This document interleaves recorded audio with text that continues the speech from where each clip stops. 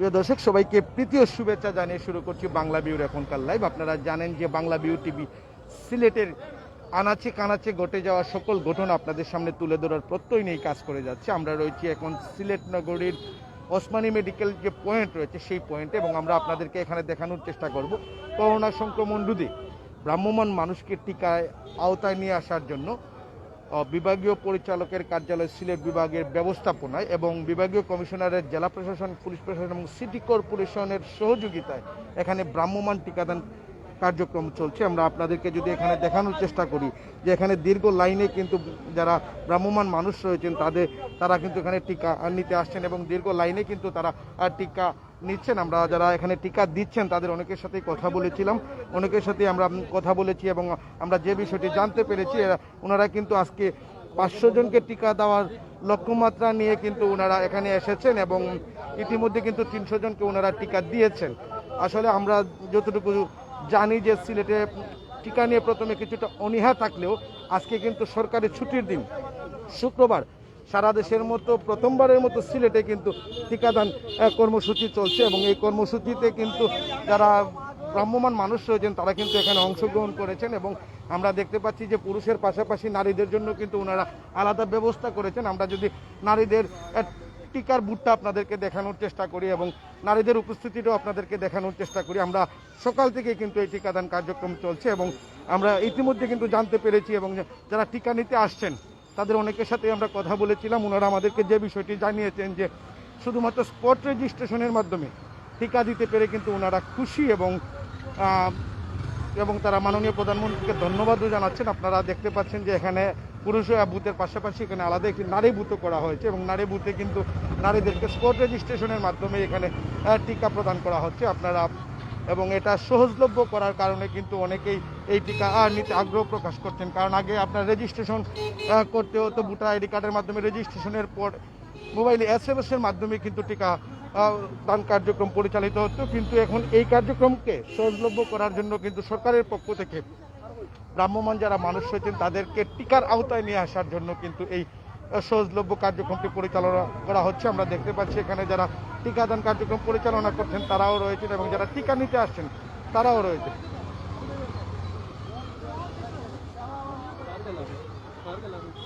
আমরা দেখতে পাচ্ছি যে মহিলাদের লাইন সকাল থেকেই কিন্তু এই লাইন ছিল এবং দীর্ঘ লাইন ছিল। মানুষজন কিন্তু আসলে উৎসাহ উদ্দীপনার মধ্য দিয়ে টিকাদান কার্যক্রম পরিচালনা করছেন।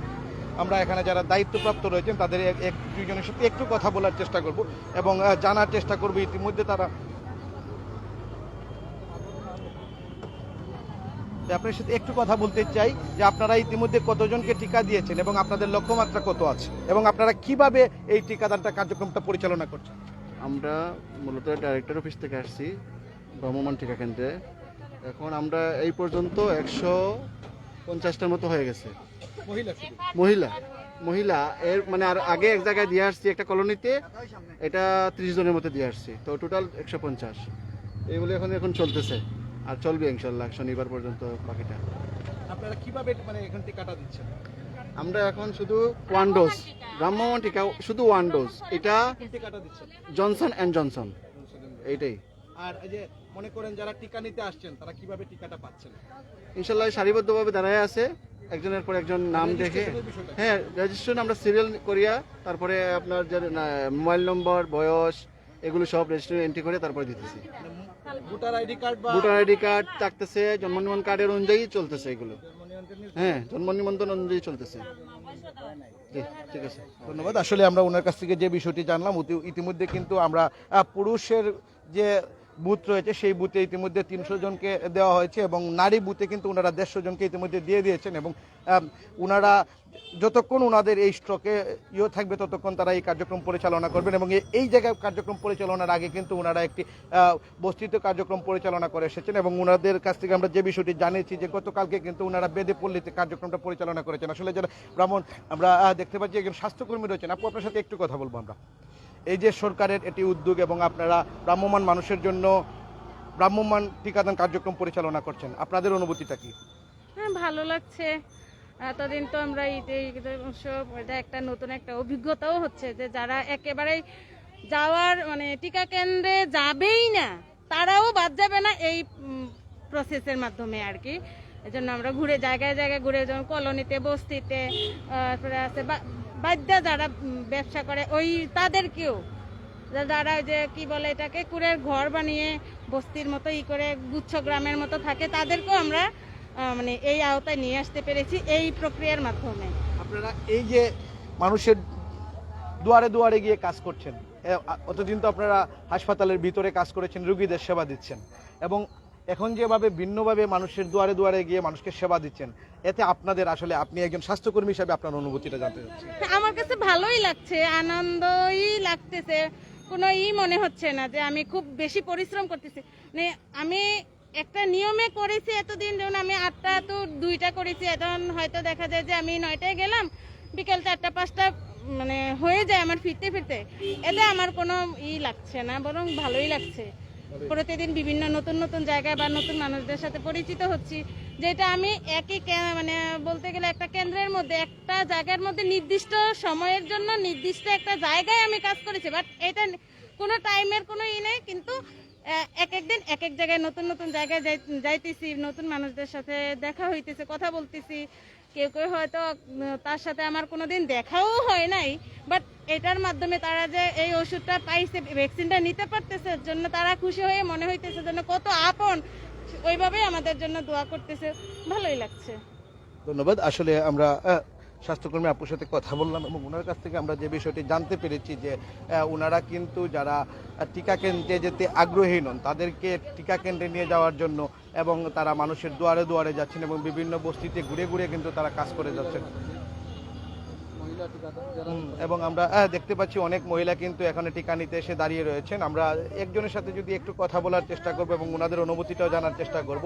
আসলে আমরা জানি যে সকাল থেকেই মানুষজন কিন্তু দীর্ঘ লাইনে এখানে টিকা নিচ্ছেন এবং সিলেট যে মেডিকেল পয়েন্ট নবাব রোডের মুখ রয়েছে, সেই মুখে কিন্তু 2টি বুথ স্থাপন করা হয়েছে, একটি পুরুষদের জন্য এবং একটি মহিলাদের জন্য। মহিলাদের বুথে কিন্তু ইতিমধ্যে প্রায় 150 শতাধিক মানুষকে টিকা প্রদান করা হয়েছে এবং পুরুষ বুথে ইতিমধ্যে 300-র উপরে টিকাদান কার্যক্রম পরিচালিত হয়েছে। এবং আমরা যেটি দেখেছি যে এখানে যারা বিভিন্ন পেশাজীবী মানুষ কিন্তু এখানে এসে টিকা নিয়েছেন, রিক্সা ড্রাইভার, ভ্যান চালক, সবজি বিক্রেতা, আসলে যারা যে মানুষগুলা রেজিস্ট্রেশন করে টিকা নিতে পারেননি, যাদের রেজিস্ট্রেশনের ব্যবস্থা ছিল না, তাদের টিকাদান কার্যক্রম সহজলভ্য করার জন্যই কিন্তু এই একটি ব্যতিক্রমধর্মী উদ্যোগ গ্রহণ করা হয়েছে। আসলে আমরা অনেকের সাথে কথা বলেছিলাম এবং যারা টিকা নিতে এসেছেন তারাও কিন্তু এই ব্যতিক্রমধর্মী কার্যক্রমে অনেকটা স্বস্তি প্রকাশ করেছেন, কারণ রেজিস্ট্রেশনের ঝামেলা ছাড়া কিন্তু তারা টিকা দিতে পারছেন এবং এই রেজিস্ট্রেশনের ঝামেলা ছাড়া টিকা দিতে পেরে কিন্তু তারা আসলেই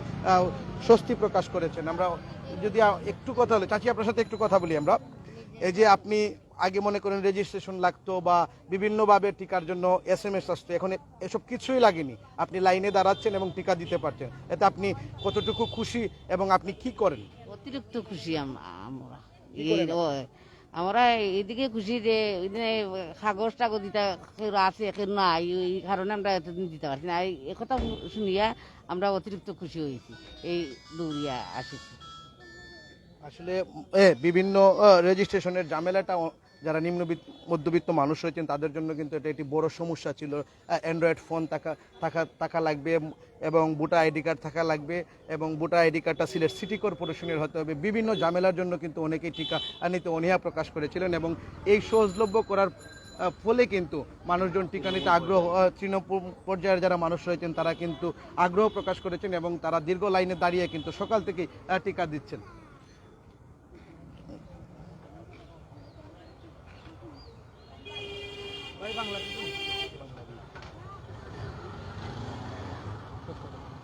প্রিয় দর্শক, আসলে এই ছিল সিলেট ওসমানী মেডিকেলের পয়েন্ট থেকে ভাসমান টিকাদান কেন্দ্রের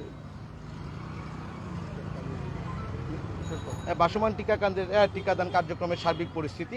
আসলে এখানে আমরা সকাল থেকেই ছিলাম এবং সকাল থেকেই যে বিষয়টা দেখেছি, মানুষজন কিন্তু আসলে প্রথম দিকে যখন যেভাবে মানুষের টিকা নিয়ে একটা অনীহা কাজ করেছিল, সেই অনীহা কিন্তু এখন আর নেই। মানুষজন কিন্তু উৎসাহ উদ্দীপনার মধ্য দিয়ে টিকা নিতে আসছেন। তবে আমি আপনাদেরকে জানিয়ে রাখি, আগামীকালকে কিন্তু সরকারের নির্ধারিত একটি টার্গেট রয়েছে 1 কোটি মানুষকে টিকার আওতায় নিয়ে আসার জন্য এবং সেই কার্যক্রমকে সহজলভ্য করার জন্যই কিন্তু আজকে প্রথমবারের মতো সরকারের ছুটির দিন শুক্রবারেও অন্যান্য সারা দেশের মতো সিলেটে এই টিকাদান কার্যক্রম পরিচালিত হচ্ছে এবং আগামীকাল এবং এই টিকাদান কার্যক্রম পরিচালিত হবে এবং সিলেট সিটি কর্পোরেশনের 81টি কেন্দ্রে কিন্তু এই টিকাদান কার্যক্রম পরিচালিত হবে। গণ টিকাদান কার্যক্রম যেটি বলা হয়ে থাকে যে এই কার্যক্রম পরিচালিত হবে এবং শুধুমাত্র স্পট রেজিস্ট্রেশনের মাধ্যমেই কিন্তু যারা আসবেন তারা টিকাদান কার্যক্রমে অংশগ্রহণ করতে পারবেন। আসলে মানুষকে সহজলভ্য করার জন্য এবং সকল মানুষকে টিকায় নিয়ে আসার জন্য সরকারের একটি মহতী উদ্যোগ এটি।